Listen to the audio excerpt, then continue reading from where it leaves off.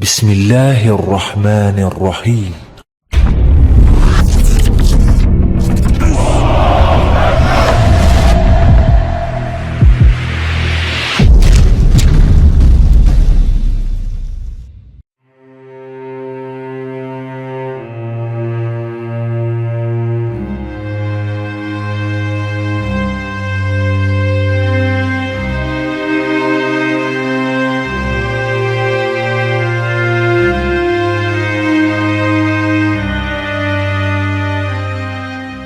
Sebagian isi dari Al-Quran adalah kisah, sebab manusia memang makhluk yang suka bercerita dan membangun hidupnya berdasarkan cerita yang dipercayainya. Melalui kisah, pelajaran dapat diambil dari peristiwa dahulu. Hal ini sejalan dengan firman Allah dalam Quran Surah Yusuf ayat 111. Sesungguhnya, pada kisah-kisah mereka itu terdapat pengajaran bagi orang-orang yang memiliki akal. Al-Quran itu dibuat-buat, tetapi membenarkan kitab-kitab yang sebelumnya dan menjelaskan segala sesuatu dan sebagai petunjuk dan rahmat bagi kaum yang beriman. Imam Al-Syaukani juga menyebutkan dari Imam Abdurrahman bin Zaid tentang negeri Saba. Sungguh merupakan tanda kekuasaan Allah pada kaum Saba, berupa anugerah yang Allah berikan kepada mereka di tempat kediaman mereka. Mereka tidak pernah melihat adanya hewan-hewan yang berbahaya seperti nyamuk, lalat, kutu, kalajengking, ular, dan hewan pengganggu lainnya. Dan bila ada iringan kafilah yang hendak melintas di perkampungan mereka dengan mengenakan pakaian yang dihinggapi oleh kutu-kutu, maka kutu-kutu itu pun mati tatkala mereka melihat rumah penduduk negeri Saba. Kemakmuran negeri Saba ditunjang dengan adanya sumber daya alam yang tersedia, serta sumber daya manusia yang memadai. Kedua unsur tersebut dimanfaatkan dengan baik oleh kaum Saba. Mereka memulai peradaban mereka dengan membangun bendungan besar yang dikenal dengan Bendungan Ma'rib di kota Yaman. Adanya aneka nikmat yang diberikan kepada suatu bangsa mestinya membawa bangsa tersebut kepada ketaatan. Namun, kenikmatan yang banyak justru kadang membuat terlena dan lupa diri. Hal inilah yang terjadi pada penduduk negeri Saba. Mereka lalai dalam menjaga fasilitas umum yang menjamin keberlanjutan kehidupan masyarakat. Mereka enggan untuk bersyukur dengan bekerja lebih baik dalam melakukan pengawasan dan pemeliharaan terhadap bendungan yang terbengkalai, sehingga akhirnya bendungan tersebut roboh dan mengakibatkan banjir besar. Kisah negeri Saba yang diabadikan dalam Al-Quran mempunyai relevansi dengan kehidupan masa sekarang dalam hal kemajuan peradaban dunia, di mana negeri-negeri di penjuru dunia berlomba-lomba memamerkan kekayaan negaranya masing-masing tanpa memperhatikan aspek spiritual sebagai kebutuhan dasar manusia. Kisah tentang negeri Saba tidak menutup kemungkinan terulang kembali jika manusia kembali lalai dan tidak mensyukuri kenikmatan yang diberikan oleh Allah SWT. Letak geografis. Pemaknaan tentang Saba menurut Muhammad bin Ishaq sebagai seorang ulama di bidang ilmu nasab dan sejarah, sebagaimana dikutip Muhammad Quraish Shihab dalam ensiklopedia Al-Quran, bahwa nama Saba sebenarnya adalah Abdusi Syams bin Yasjab bin Ya'rub bin Qahtan. Menurut Ibnu Ishaq, dia hartawan dan suka berderma, karena itu dinamai dengan Ar-Raisi, orang yang menghimpun harta, dan dengan hartanya dialah yang pertama kali menyembelih kambing di dalam peperangan lalu membagi-bagikannya kepada serdadunya. Adapun penamaannya dengan Saba sebagaimana arti harfiahnya, yaitu pergi, terpisah, karena dialah orang Arab yang pertama kali pergi mengasingkan diri, sehingga daerah yang disinggahi untuk hidup di situ dinisbahkan kepada namanya negeri Saba. Awalnya, kerajaan Saba dikenal dengan dinasti Mu'inah, sedangkan raja-raja mereka dijuluki sebagai Mukrib Saba. Ibu kotanya Sarwah, yang puing-puingnya terletak 50 km ke arah barat laut dari kota Ma'rib. Pada periode inilah Bendungan Ma'rib mulai dibangun. Periode ini antara tahun 1300 sebelum Masehi hingga 620 sebelum Masehi. Pada periode berikutnya, antara tahun 620 sebelum Masehi, 115 sebelum Masehi, barulah mereka dikenal dengan nama Saba. Mereka menjadikan Ma'rib sebagai ibu kotanya. Pada masa kaum Saba, secara garis besar, wilayah Jazirah Arab dibagi menjadi dua bagian, bagian utara dan bagian selatan. Arab bagian selatan lebih maju dibandingkan Arab bagian utara. Masyarakat Arab bagian selatan adalah masyarakat yang dinamis dan memiliki peradaban. Mereka telah mengenal kontak dengan dunia internasional karena pelabuhan mereka terbuka bagi pedagang-pedagang asing yang hendak berniaga ke sana. Sementara orang-orang Arab Utara adalah mereka yang terbiasa dengan kerasnya kehidupan padang pasir. Mereka kaku dan lugu karena kurangnya kontak dengan dunia luar. Tentu saja, letak geografis kerajaan Saba sangat mempengaruhi bagi kemajuan peradaban mereka. Keberadaan negeri Saba secara geografis menjadi perdebatan di kalangan para peneliti akhir-akhir ini setelah muncul buku Indonesia Negeri Saba karya Fahmi Basya yang mengklaim bahwa Indonesia adalah negeri Saba. Sedangkan yang tercatat dalam sejarah sebelumnya dinyatakan bahwa negeri Saba berada di Yaman sebagai peninggalan Nabi Sulaiman. Kedua pendapat ini sama-sama memiliki bukti nyata, tapi dari sudut pandang berbeda. Fahmi Basya mengambil bukti dari ayat-ayat Al-Quran yang ditafsirkan berdasarkan ilmu matematika. Dari penafsiran ini melahirkan kesimpulan bahwa Borobudur adalah istana Nabi Sulaiman. Sedangkan yang tercatat dalam sejarah sebelumnya menggunakan pendekatan ilmu arkeolog. Hal ini kemudian dibuktikan dengan penemuan arkeologi berupa reruntuhan bendungan Ma'rib di kota Yaman. Surah Saba. Surah Saba adalah surah yang ke-34 di dalam mushaf dan terdiri atas 54 ayat, termasuk golongan surah Makkiyah. Pokok-pokok isinya dalam soal keimanan mencakup ilmu Allah, meliputi segala yang ada di langit dan di bumi, kebenaran, adanya hari berbangkit, dan hari pembalasan. Nabi Muhammad SAW adalah pemberi peringatan. Pada hari kiamat, berhala-berhala itu tidak dapat memberi manfaat sedikit pun. Kalau seseorang sesat, maka akibat kesesatannya itu menimpa dirinya sendiri. Dan kalau ia menemui jalan yang benar, adalah berkat petunjuk Allah. Surah ini juga memuat kisah-kisah antara lain kisah Nabi Daud alaihi wasal, kisah Nabi Sulaiman, dan kisah kaum Saba. Pelajaran yang dapat diambil dari ayat-ayat yang membahas tentang Saba di antaranya, negeri Saba dilukiskan dengan baldah thayyibah wa rabb ghafur. Kata thayyibah berarti baik dan menyenangkan. Negeri yang baik antara lain adalah yang aman dan sentosa, melimpah rezekinya, yang dapat diperoleh secara mudah oleh penduduknya, serta terjalin pula hubungan harmonis, kesatuan, dan persatuan antar anggota masyarakatnya. Semua masyarakat tidak dapat luput dari dosa dan kedurhakaan. Seandainya tidak demikian, maka tidaklah ada arti penyebutan kalimat Rabb Ghafur, Tuhan Maha Pengampun, dalam redaksi ayat ini. Namun demikian, jika mereka berlanjut dalam kedurhakaan, Allah menjatuhkan sanksi kepada mereka. Kemudahan transportasi dan kedekatan antar kota wilayah merupakan salah satu nikmat Allah Subhanahu dan penunjang kesejahteraan, karena hal itu memperlancar perpindahan manusia dan barang-barang dagangan.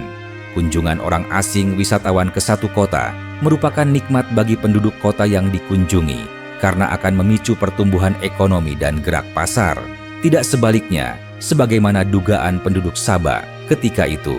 Masyarakat yang tidak membangun atau gagal memelihara hasil pembangunannya dan tidak mensyukurinya akan runtuh, dan warganya akan terpaksa mencari wilayah lain guna menyambung hidupnya. Dari uraian di atas dapat diketahui tentang pentingnya mengambil hikmah dari kisah-kisah yang disampaikan dalam Al-Quran sebagai pedoman di masa yang akan datang, agar tidak mengulangi kesalahan yang sama di masa lampau seperti yang terdapat pada surah Saba ini. Dari surah ini juga diketahui bahwa ujian bukan hanya dalam bentuk kesusahan, tapi juga kesenangan. Negeri Saba yang dulunya berlimpah ruah dengan kesenangan, bahkan disebut sebagai negeri yang ideal, namun itu semua melalaikannya dari rasa syukur kepada Allah SWT dan akhirnya dihancurkan. Sesungguhnya bagi kaum Saba ada tanda kekuasaan Tuhan di tempat kediaman mereka, yaitu 2 buah kebun di sebelah kanan dan di sebelah kiri. Kepada mereka dikatakan, makanlah olehmu dari rezeki yang dianugerahkan Tuhanmu dan bersyukurlah kamu kepadanya. Negerimu adalah negeri yang baik dan Tuhanmu adalah Tuhan yang Maha Pengampun. Tetapi mereka berpaling, maka kami datangkan kepada mereka banjir yang besar dan kami ganti kedua kebun mereka dengan 2 kebun yang ditumbuhi pohon-pohon yang berbuah pahit dan sedikit dari pohon sider.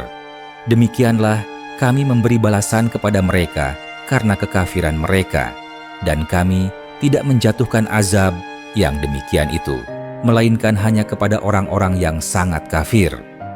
Berdasarkan uraian di atas yang terdiri dari beberapa penjelasan penggalan kalimat, dapat dipahami bahwa Saba bisa diartikan sebagai nama seseorang yang terpisah pada suatu wilayah, sehingga tempat tersebut dinamai dengan negeri Saba. Tempat tersebut kemudian dianugerahi dengan sumber daya alam yang melimpah karena dikelola oleh sumber daya manusia yang memadai sehingga menghasilkan perkebunan yang mencukupi kebutuhan masyarakat Saba, bahkan lebih.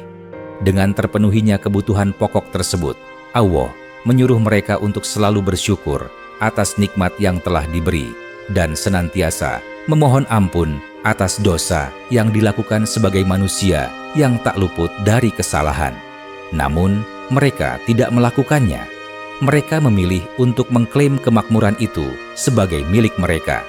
Mereka menganggap negeri itu adalah milik mereka sendiri, bahwa merekalah yang menjadikan semua keadaan yang luar biasa tersebut ada. Mereka memilih untuk menjadi sombong, bukannya bersyukur, dan dalam ungkapan ayat tersebut, mereka berpaling dari Allah karena mereka mengaku bahwa semua kekayaan adalah milik mereka, maka mereka pun kehilangan semua yang mereka miliki. Di dalam Al-Quran, azab yang dikirimkan kepada kaum Saba dinamakan Sailul Arim, yang berarti banjir besar. Kata Arim berarti bendungan atau rintangan, sehingga ungkapan Sailul Arim menggambarkan banjir yang datang dengan runtuhnya bendungan ini. Setelah banjir, kehidupan mereka pun menjadi sulit, mengingat untuk bercocok tanam mereka hanya dapat mengandalkan air hujan, dan tumbuhan yang tumbuh di sekitar mereka tidak memberi manfaat. Mengenai jenis pepohonan yang tumbuh tersebut, terdapat beberapa pendapat. Ada yang mengatakan pohon cemara, pohon bidara, dan pohon berduri, serta buah maja yang pahit rasanya. Terlepas dari perbedaan tersebut, penulis cenderung memahaminya bahwa tumbuhan yang dimaksud adalah tumbuhan yang tidak dapat dikonsumsi dan tidak memiliki nilai jual yang dapat menunjang perekonomian masyarakat Saba. Adapun pemaknaan balasan yang menggunakan pola mufa'alah mengisyaratkan bahwa siksa tersebut adalah akibat yang sepadan dengan dosa yang mereka lakukan, sedangkan orang-orang mukmin yang mendapat balasan baik dari Allah tidak menggunakan pola tersebut karena imbalan yang mereka terima tidak sepadan dengan amal baik mereka. Imbalan yang mereka terima jauh lebih baik dari amal mereka. Keberhasilan negeri Saba. 2 kebun negeri Saba dianugerahi dengan sumber daya alam yang melimpah melalui tanahnya yang subur, sehingga mampu menumbuhkan berbagai macam tumbuhan dan tanaman. Oleh Al-Maraghi mengatakan bahwa kisah tentang negeri Saba menggambarkan sebuah kerajaan di Yaman yang memiliki kekayaan alam yang melimpah ruah dalam bentuk pertanian dan perkebunan, serta perairan yang sempurna. Tempat ini juga memiliki bendungan yang dapat memenuhi kebutuhan baik dalam bidang pertanian maupun dalam bentuk keperluan lain-lainnya. Berdasarkan uraian di atas, dapat dipahami bahwa pemanfaatan sumber daya alam berupa tanah yang lapang dikelola melalui pembuatan infrastruktur berupa bendungan untuk mengairi lahan tersebut akan menghasilkan lahan pertanian dan perkebunan yang dapat menunjang perekonomian pada negeri Saba. Masyarakat Saba sadar akan pentingnya ketersediaan air sebagai sumber utama kehidupan, sehingga pada awal peradaban mereka, yang paling pertama dibangun adalah Bendungan Ma'rib. Keberhasilan negeri Saba sebagai Baldah Thayyibah, negeri ideal, karena kondisi wilayahnya yang baik, aman dan sentosa, sebagaimana arti dari kata Thayyibah. Baldah Thayyibah Warab Ghafur adalah sebuah negeri yang nyaman udaranya, banyak kebajikan dan berkatnya, sedang yang mencurahkan nikmat itu atas mereka adalah Tuhan yang Maha Pengampun, yang menutupi dosa dan menerima tobat. Hal ini juga memberi isyarat bahwa suatu masyarakat tidak dapat luput dari dosa dan kedurhakaan. Seandainya tidak demikian, maka tidak ada arti penyebutan kalimat Rabb Ghafur. Dalam membentuk sebuah negeri yang aman dan sentosa, tidak terlepas dari sistem pemerintahan yang baik, good governance, serta adanya pemimpin yang dapat menjalankan sistem tersebut dengan baik. Kehancuran negeri Saba banjir besar. Wujud kehancuran negeri Saba dapat dilihat pada ayat selanjutnya dalam Quran, Surah Saba 34:16. Kata al-arm berarti sesuatu yang dibangun untuk menampung air, yakni bendungan. Dengan demikian, Sailul Arim adalah banjir yang disebabkan oleh robohnya bendungan itu. Memang, ketika itu mereka membuat banyak bendungan untuk menampung curah hujan, yang kemudian di musim kering bendungan itu mengairi lahan pertanian mereka. Apapun makna kata tersebut, yang jelas adalah banjir yang besar melanda negeri Saba, sehingga mengakibatkan musnahnya pertanian dan berpencarnya suku yang besar itu ke berbagai negeri. Kisah tentang negeri Saba dalam Al-Quran memiliki kelengkapan data sejarah, di antaranya temuan arkeologis dan fakta sejarah berdasarkan penemuan Werner Keller yang membenarkan apa yang dicatat dalam Al-Quran.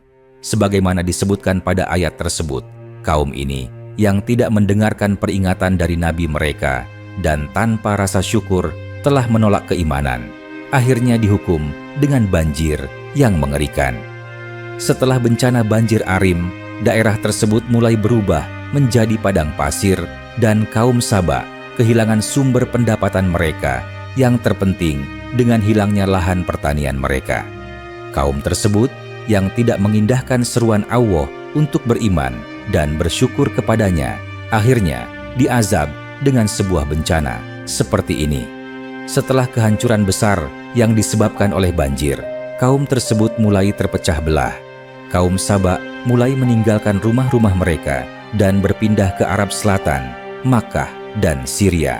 Negeri Saba yang dahulunya dipenuhi dengan berbagai jenis tanaman dan tumbuhan yang memiliki nilai jual yang tinggi, kini tergantikan dengan berbagai tumbuhan yang sama sekali tidak memiliki nilai manfaat. Hal ini tergambar dalam Quran Surah Saba ayat 16. Kedua, kebun mereka yang menjadi sumber penghidupan, kekayaan, dan kekuatan mereka digantikan oleh Allah dengan kebun yang jelek yang tidak bermanfaat untuk kehidupan mereka. Firman Allah, pohon-pohon yang berbuah pahit, yaitu pohon siwak dan buahnya yang pahit, dalam bahasa Arab disebut barir. Ini adalah pendapat jumhur mufassirin seperti Ibnu Abbas, Mujahid, Ikrimah, Atta, Qatadah, Al-Hasan, As-Suddi. Yang dimaksud pohon asal adalah pohon tamarisk. Ia sejenis pohon cemara, sedangkan pohon sider adalah pohon bidara, Indian Palm, Ziziphus mauritiana.